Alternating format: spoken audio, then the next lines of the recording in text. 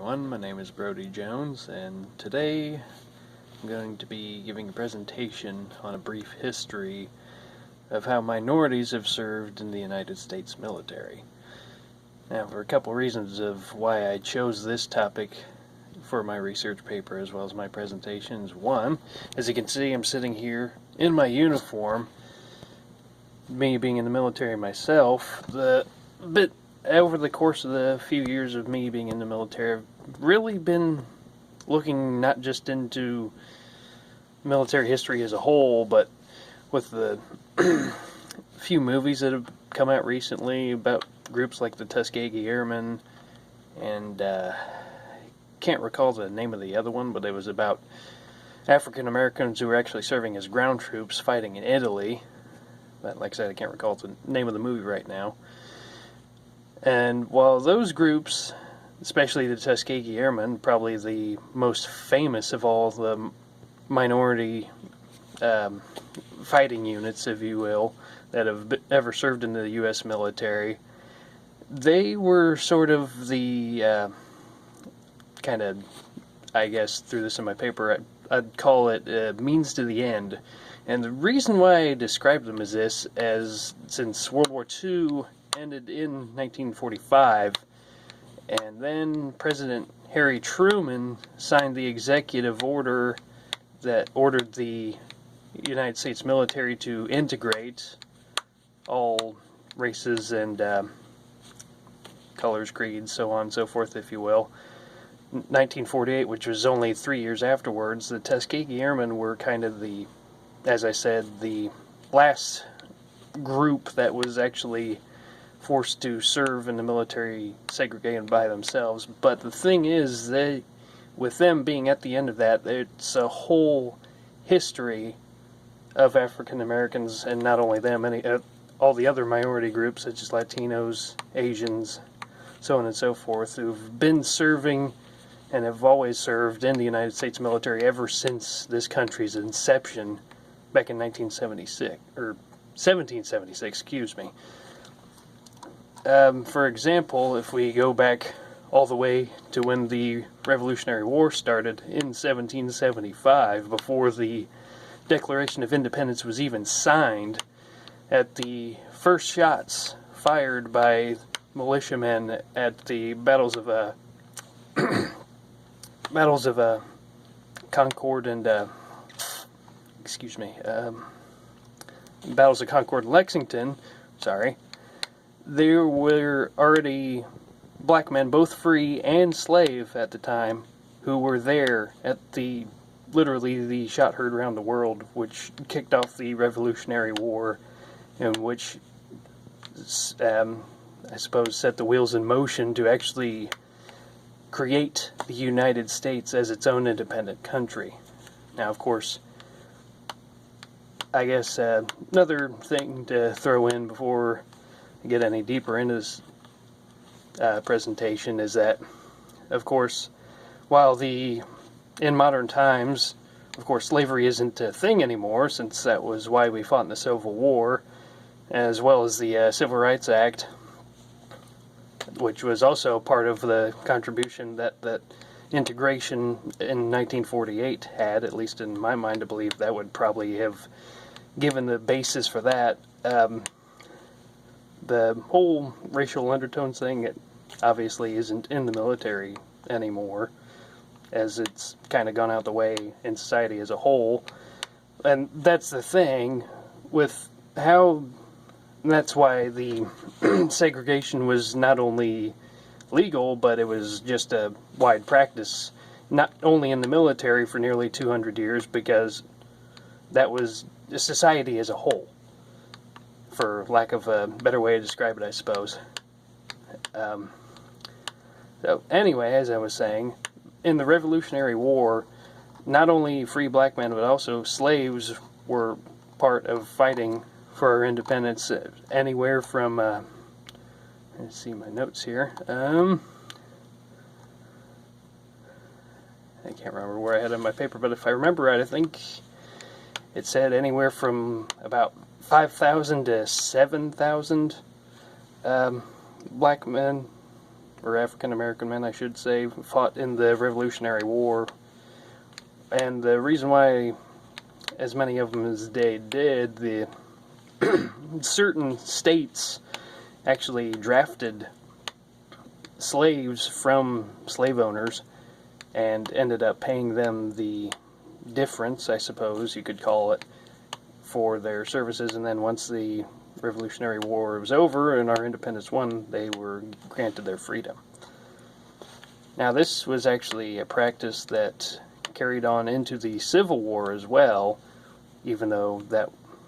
the Civil War was basically fought for the whole purposes of ending slavery. But that isn't actually, at first, that was not President Lincoln's whole point. That he was actually trying to avoid the whole subject of slavery in order to keep states that were on the border of the Mason-Dixon line, such as Kentucky, Maryland, that sort of thing. He was trying to not bring up the topic of slavery in order to avoid having them secede and go to the Confederacy as well. But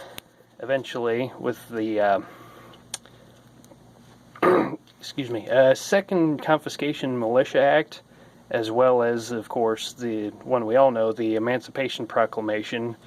being signed and presented in 1862, that is basically the what the forerunner was to the 13th Amendment of the U.S. Constitution, which outlawed slavery. And the Emancipation Proclamation, in effect, said that any of the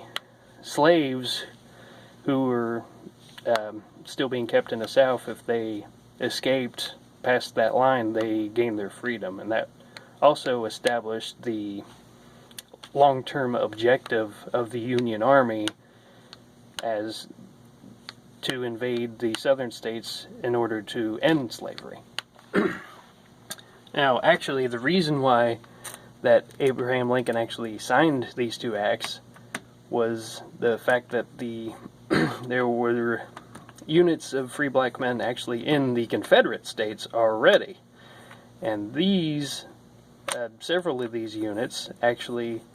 ended up being a key part of the Confederacy defeating the Union armies in the First Battle of Manassas, which kind of spurred on the famous statesman, who was also an African-American, Frederick Douglass, and he took these concerns to Congress because he had learned of this from troops on the Union side that were defeated there. And that's what basically made the President Lincoln, realize that since they had not allowed African Americans to enlist in the Union Army up until then, they were basically letting all of this manpower that they could possibly have go untapped up until then. Now, of course, those who did enlist, they weren't treated equally as white Americans would have been in the Union Army. For example, a few things is I suppose, leadership, if you'd call it that, of these units that were organized with African American soldiers. They did not actually have African American officers in them. They were ran and ordered around by white officers and only had African Americans as, say, sergeants and that sort of thing. As well as, at least in the Union side, at first, when it came to pay time, I suppose you could say, white soldiers were paid $13 a month, but African American soldiers were only paid $10 a month, and then had an additional $3 deducted from these paychecks for the clothing allowances, while the white soldiers did not have this. But they would turn around and back pay them this later on in the war in June of 1864. Now, probably the most famous unit of African American soldiers that was in the Civil War, if you will, was the 54th Massachusetts Volunteer Infantry Regiment, with parentheses around colored, because that was how they differentiated the units with African American soldiers from regular, quote-unquote, units of white soldiers back in the day. And this unit actually had a white officer whose name was Colonel Robert Gould Shaw, who actually treated them somewhat fairly. He actually got his men the equipment and the training that they needed to succeed. And this unit is actually, I suppose you could say, immortalized in the movie Glory, which was made in 1989. And at the end of the Civil War, in the Union Army alone, there was 179 African Americans that had served, which was almost 10% of the entire manpower of the Union Army, as well as another 20,000 that had served in the Union's Navy as well. And out of all of them, almost 40,000 of them died in the line of duty. And then moving on from there, the Union won the Civil War, of course. Slavery was ended at that point, but even then, as I suppose mentioned it in the introduction, the whole, I suppose, idea of racism was still persisting in society, and as a result of that, it still persisted in the military as well. So we jump 50 years into the future, we get into World War I, and at this point, the United States did not enter World War I until 1917, even though the war started in 1914, of course. But even when it did, the United States Marine Corps didn't even allow African Americans to join its ranks, and the Navy and Coast Guard would only let them perform duties such as being stewards or cooks or other menial tasks, I suppose you could say. But basically, the Army was the only one that was allowing them to join in most occupations, I suppose. But even though they were allowed to, they were still, of course, as I mentioned, segregated into their own independent units and separated away from units of white soldiers. Now, probably the most famous one of these is the 369th Infantry Regiment, which is actually still a regiment which exists to this day in the New York National Guard, which is because that's where it was actually founded out of, was the New York National Guard, and that's where they got their name for being such fierce combatants in the trenches of World War I. Their unit earned the name of the Harlem Hellfighters, is because I can't remember where I saw the number of it before, but if I remember right, it was something like 75% or more of them, maybe even, they were actually from Harlem, because that was one of the big hubs of African American society at the time. Now, the weird part is that even though this was an American infantry regiment, they weren't fighting under American command. When they were shipped over to the war front in Europe, the U.S. Army Command actually handed the regiment over to the French. So they were trained along with the French infantry and given French equipment, French rifles, French helmets, and so on and so forth. And which was actually part of how they became famous, is because if they had remained under the Americans' command, they probably would have been relegated to second-line duties and not had been in the thick of combat. And that's also part of how they became so famous, is while fighting with the French, they literally were engaged in combat for longer than any other unit from any of the Allied nations, such as England, France, the United States, Australia, that sort of thing, because they were on the front lines for literally 191 days. That's at least, if I remember right, they said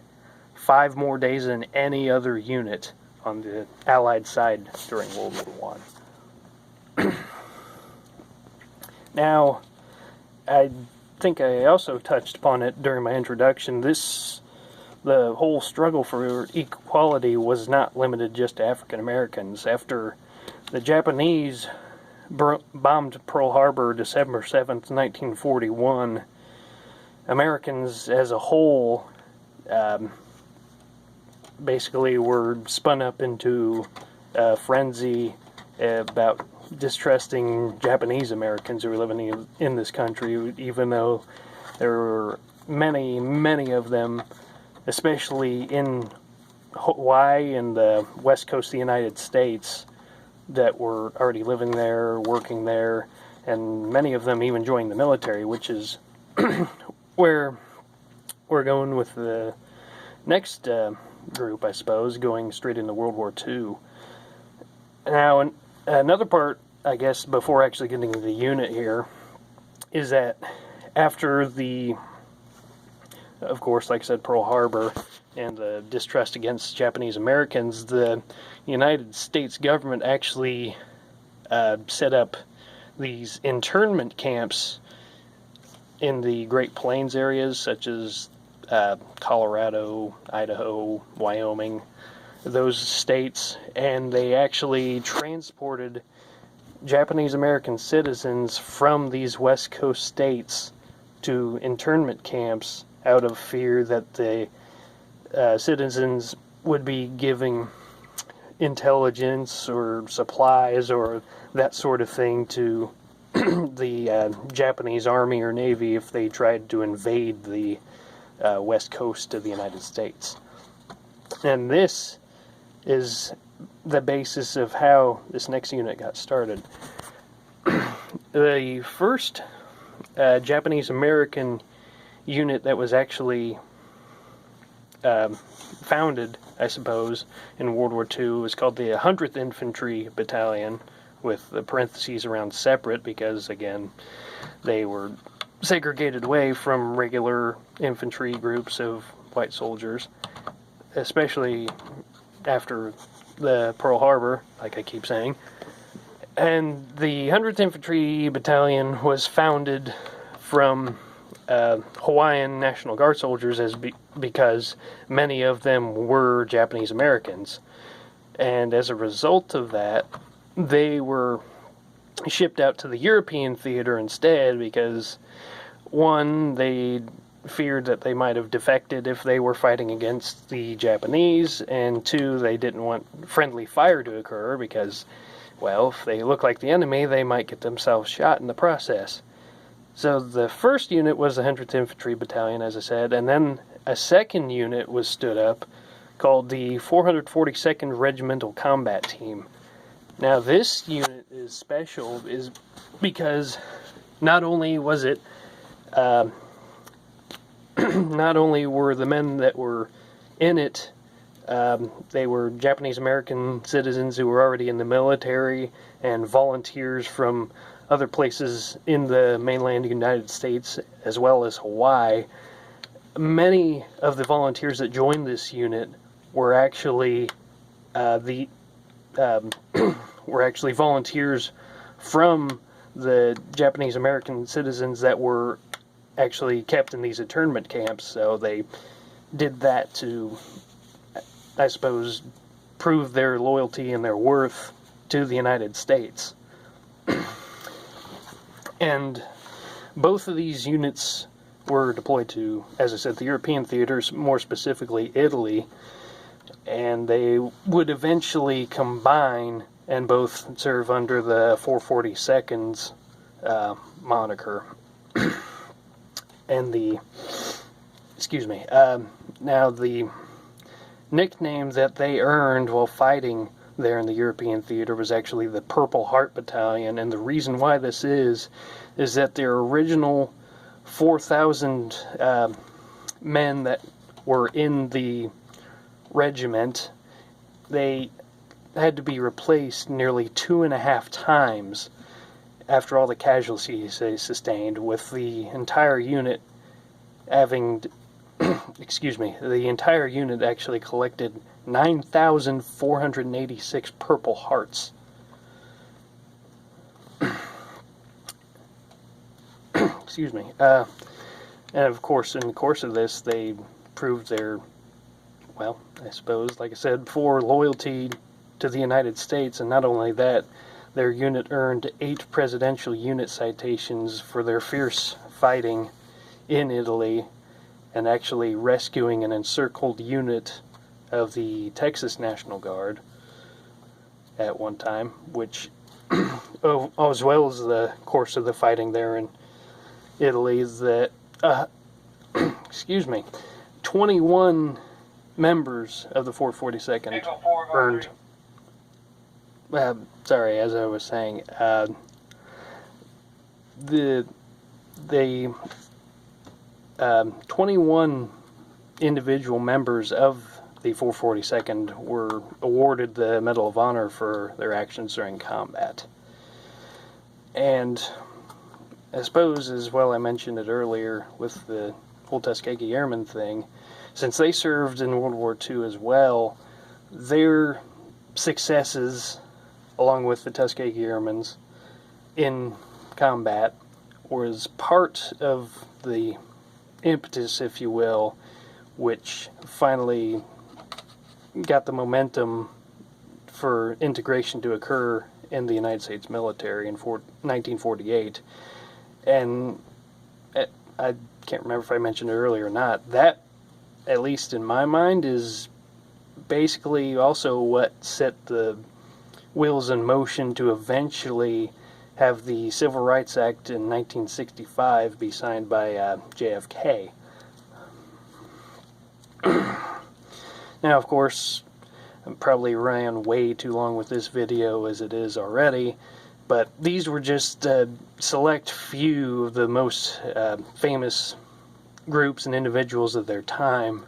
and I can't really give enough detail or enough attention to any one of them in just one video alone. So, basically, if nothing else, I'd at least like to say, if to take anything else from this video,